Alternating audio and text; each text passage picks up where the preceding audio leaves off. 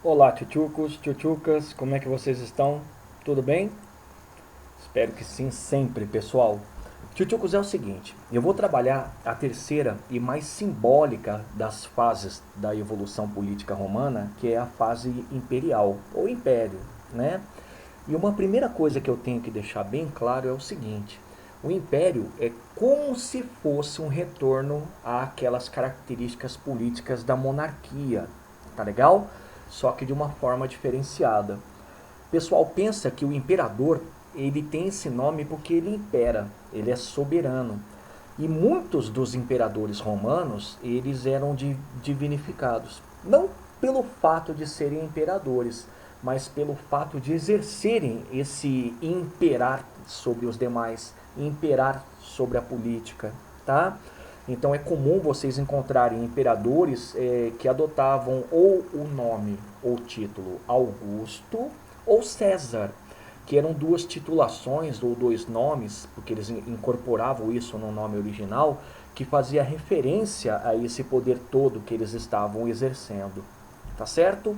Outra coisa importante, o período imperial, a grosso modo, ou para efeito didático, ele é dividido em dois períodos. O primeiro período, que é o período chamado de Alto Império, esse aqui é o que equivale ao auge do Império Romano, momento esse em que a gente vai perceber que a civilização ela atinge a sua plenitude em termos de conquista territorial, em termos culturais, em termos políticos, em termos econômicos, tá certo? Então, o Alto Império, a grande dica para vocês guardarem é que é uma época de apogeu, beleza? O outro período, pessoal, a outra fase é chamada Baixo Império. Já o Baixo Império, pessoal, é o oposto, é a época da decadência.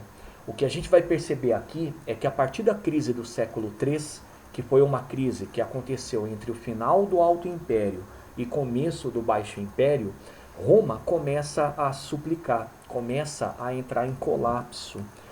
Não à toa vocês vão perceber que esse colapso ele é muito defendido entre os historiadores como sendo uma morte natural, mas a gente também vai perceber que foi um suicídio, tá? Então no Baixo Império vocês vão perceber uma crise que abate a política, uma crise que abate o sistema econômico, a religiosidade. E no final, tio-tiocos, lá no ano de 476, cuidado, Roma não desaparece, ela se transforma. Como assim? Depois vai ficar mais claro. No ano de 476, a parte ocidental do Império Romano sucumbe às invasões bárbaras e dá origem ao que vocês conhecem na história como o sistema feudal europeu. Mas a parte oriental permanece, ela sobrevive e por mais 1000 anos vai ser chamada ou Roma Oriental ou o nome que vocês conhecem, Império Bizantino. Tá certo? Estão apresentados? Então vamos lá, direto e reto, primeira fase do Império, o Alto Império. Pessoal, o Alto Império é um período curto da história imperial romana que vai do século I a.C., com a ascensão do Augusto ou Otaviano, e se encerra no século III depois de Cristo, exatamente no momento em que está começando a surgir a crise do século III. E a grande dica que eu dou para vocês, lógico, tirando aquilo que vocês viram agora, apogeu, é que a política nessa época era de aparência republicana. Como assim? O imperador impera, o nome diz tudo, vocês já sabem, só que o Senado é respeitado. Então o Senado, aqui nessa primeira fase do Império Romano, ele tem sim as suas atribuições, muito diminutas em comparação ao período republicano, mas ele ainda é responsável, por exemplo, pela criação de leis, pela administração do tesouro público, de certa maneira até também pela condução da diplomacia. O imperador, na verdade, ele é uma espécie de primeiro senador. É como se ele fosse aquele que realmente manda, pelo fato de ser o principal membro da política do período. Tá certo? E tudo começa como? Bom, já expliquei que tem a ver aí com a ascensão do Otávio Augusto, né? Só que o período em que ele comanda, pessoal, é um período que a gente fala que é uma transição. Muitos, dentro da história, chamam de época do Principado. Mas para vocês, tchutchucos, que vão prestar vestibulares, vocês vão lembrar que é uma época de Pax Romana ou Pax Augusta.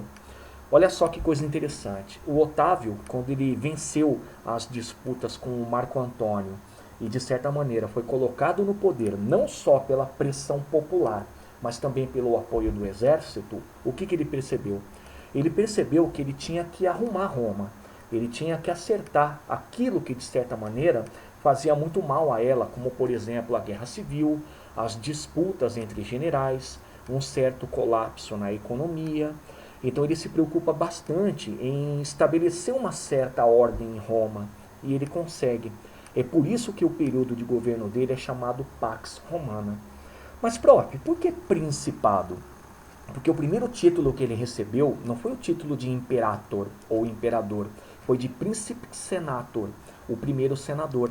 É com o tempo que ele vai administrando a política de forma tão eficaz e recebendo tanto apoio que o Senado vai dando outros poderes a ele. O poder de imperar, o poder de comandar o exército, a liderança religiosa.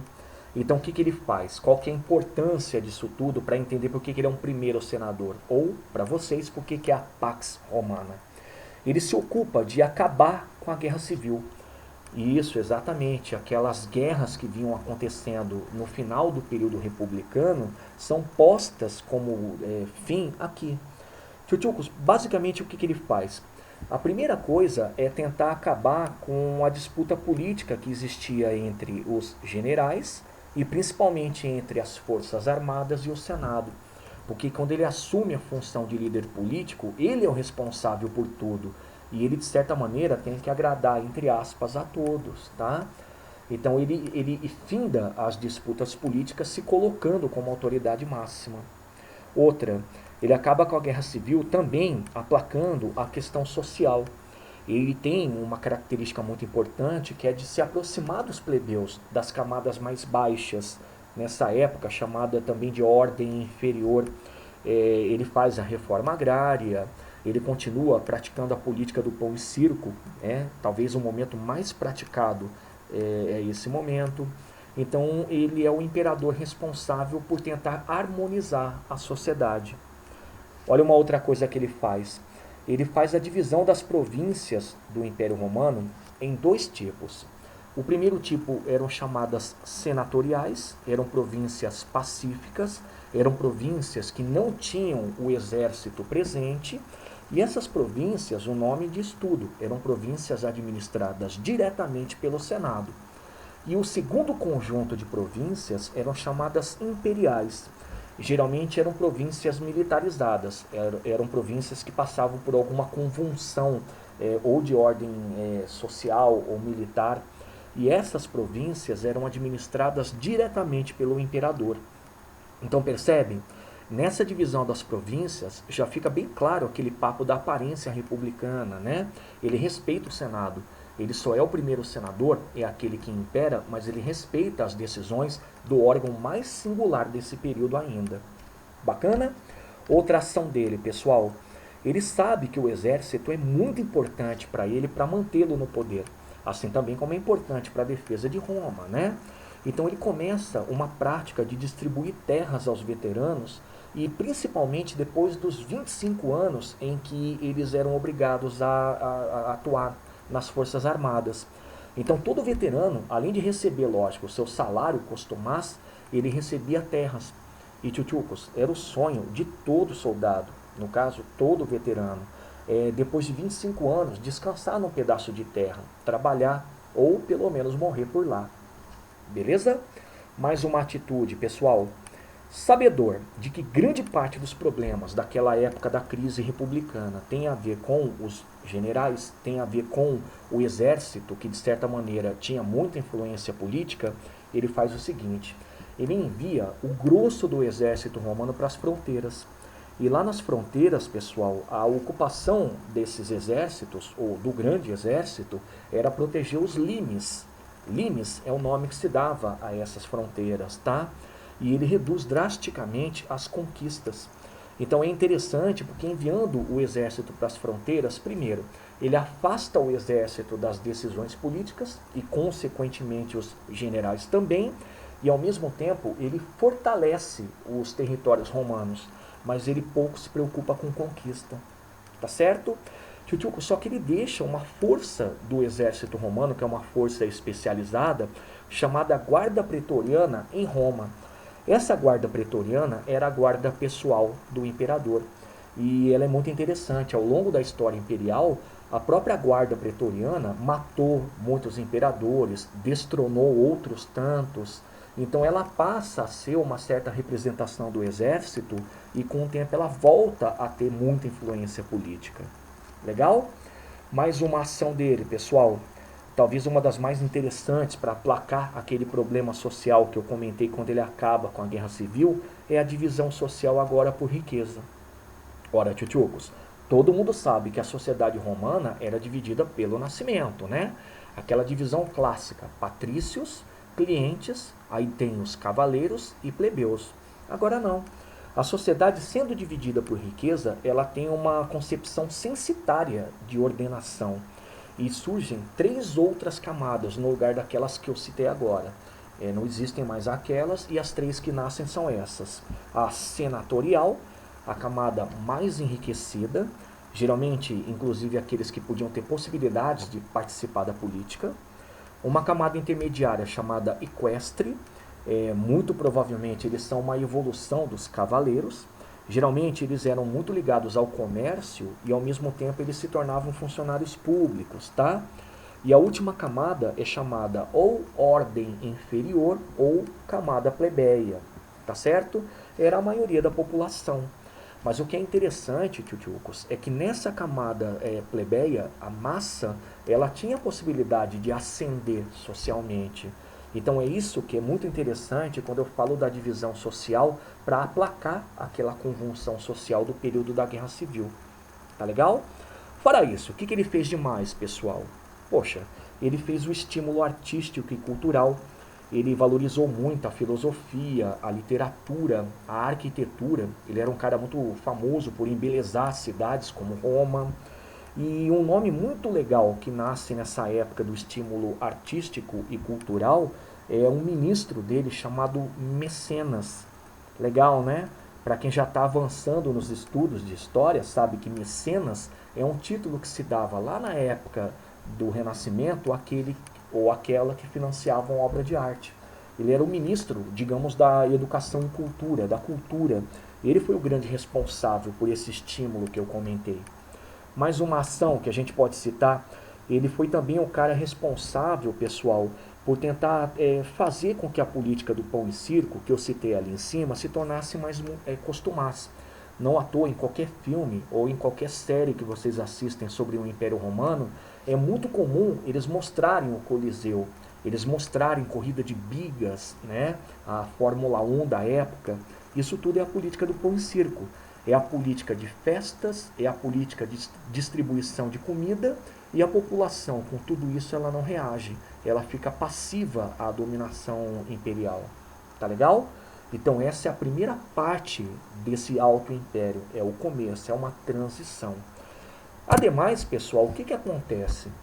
Acontece que depois da morte do Augusto, ou do Otávio, a maior parte dos imperadores até o século III depois de Cristo, eles vão ter algumas responsabilidades. A principal delas, pessoal, que a gente sempre tem que citar, é chamada de efetivação das conquistas. O que vem ser isso, pessoal?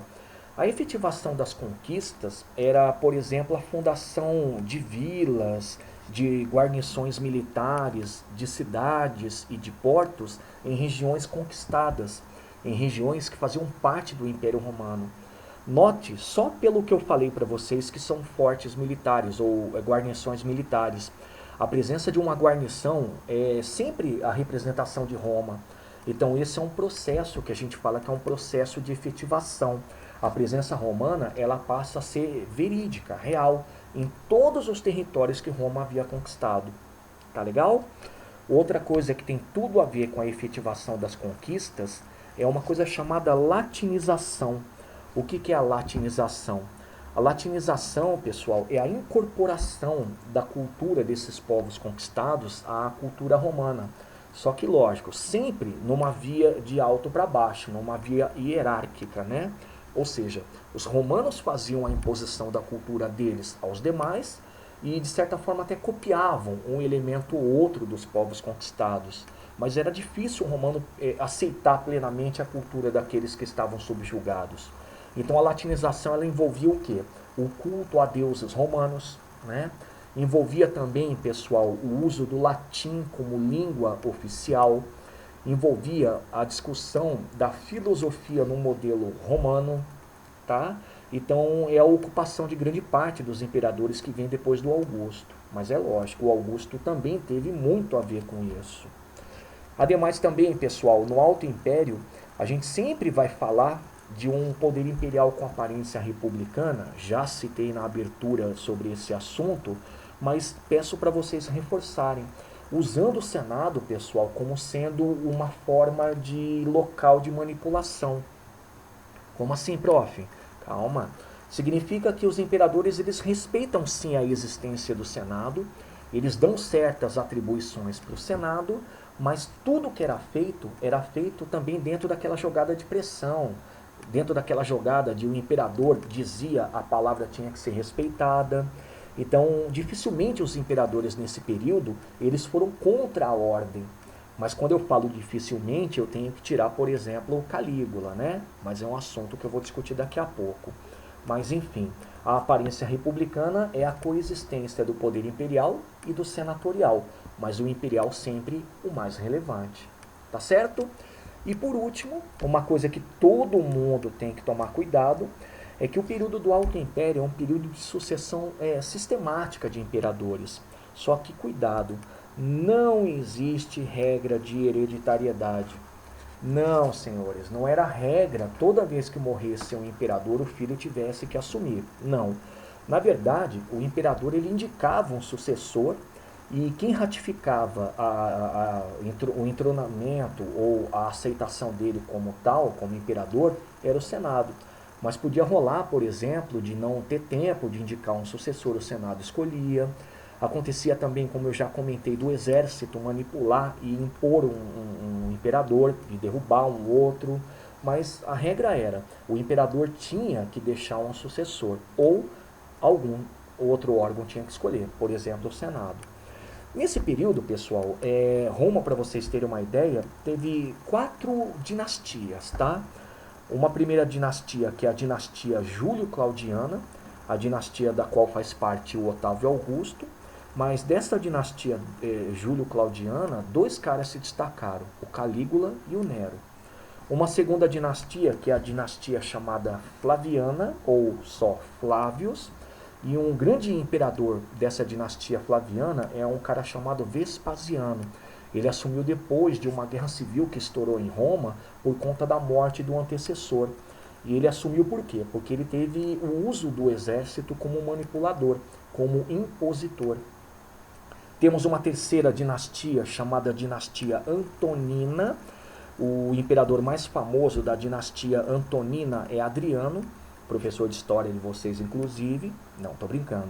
Imperador famoso pelo fato das fortificações fronteiriças. E a última dinastia, pessoal, é a dinastia dos Severos, dinastia do qual faz parte, por exemplo, Caracalla. Então, para não ter que me alongar e explicar todas essas dinastias, eu separei 4 imperadores para vocês meio que entenderem como é que era o rumo ou a condução da política romana nesse período. Joia? Primeiro imperador que eu destaquei, Calígula, pessoal, famoso pelas histórias que contam, como, por exemplo, ele era um amante das orgias, era um cara maluco, né? Na verdade, o Calígula, o que deve ser guardado dele foi um conjunto de perseguições que ele fez aos senadores. Ele não aceitava algumas imposições que o Senado tentava fazer ao governo dele e por isso ele sempre foi contra o poder mínimo, ou pelo menos algum poder que os senadores tivessem. Tem até uma história famosa de que ele entrou com um cavalo dele, o Incitatus, no Senado, sentou o cavalo na tribuna e deu o título para ele de senador, demonstrando que quem é que podia indicar um senador? O próprio imperador. Tá certo? Outro cara que eu destaquei, pessoal, Nero. Nero famoso porque a grande história que vocês ouvem dele é a história de que ele pôs fogo em Roma. Mas está errado, tá, pessoal? O que aconteceu é que Roma pegou fogo exatamente durante o governo dele. E aí, por conta não só dos desafetos, mas também por conta de alguns historiadores cristãos, ele é que recebeu a culpa. Mas, prof, por que Roma pegou fogo? Na verdade, pessoal, Roma pegava fogo o tempo todo. A cidade era muito caótica, ela não tinha planejamento. Então o fogo ele começava nas regiões periféricas, nos locais mais pobres. E como as casas eram muito próximas, eram muito juntas, o incêndio acabava se alastrando. Mas o que é importante do governo dele? O importante, pessoal, é que ele foi o primeiro grande imperador a fazer perseguições aos cristãos. E por que ele fazia isso? Porque ele entendia que o cristianismo era um inimigo do império. O cristianismo, logo depois eu vou discutir com mais calma, ele não aceita o imperador como sendo a autoridade, ele aceita Deus, né? E por outro lado, os cristãos eles são contra a escravidão, eles pregam a igualdade e sendo contra a escravidão, eles são contra um dos pilares de sustentação do império. Legal? O imperador seguinte, Adriano. Galera, Adriano famoso porque ele foi percebendo que defender o Império Romano era fazer com que as guarnições ou os exércitos que ficassem nas fronteiras fossem verdadeiramente eficazes. Então ele ergueu o que muitos conhecem como muralhas de Adriano. Muralhas essas que passavam até hoje no território conhecido como Inglaterra. Tá legal? E o último imperador, imperador Caracalla, que tem um documento muito legal que eu vou pedir para vocês anotarem ou circularem na apostila, que é chamado Edito de Caracalla. O Edito de Caracalla era um documento que estendia a cidadania romana a todos os habitantes do império. Então é bacana porque quando ele faz isso, ele não está fazendo porque é um bom imperador. Ele faz porque ele aumenta a arrecadação de impostos e ao mesmo tempo ele aumenta a quantidade de membros da elite, de membros daquela camada chamada ordem senatorial. Então com isso ele consegue pacificar algumas províncias, ele consegue algumas adesões, tá certo? Então esses são os principais imperadores. Aí muitos estão me perguntando, prof, então os imperadores, eles eram aqueles caras que teoricamente comandavam Roma, né? O Senado ele era respeitado, mas o poder maior era do imperador? É exatamente assim que vocês têm que pensar. Mas, sobretudo, vocês têm que pensar que o imperador é a encarnação romana. Ele é a representação de Roma. Fato é que grande parte desses imperadores, quando morriam, eles eram deificados. Eles eram transformados em deuses. Tá legal? Então aqui está a minha despedida, tchutchucos. Leiam mais sobre esse assunto na apostila, nas páginas que eu especifiquei para vocês. Abram lá na página 592 e achem a seção Start e resolvam as questões 1 e 2. Ok? Avança lá para as páginas 598 e 599, procurem por Praticando e resolvam as questões 1 e 4. Tá certo? Então, bons estudos e até a próxima.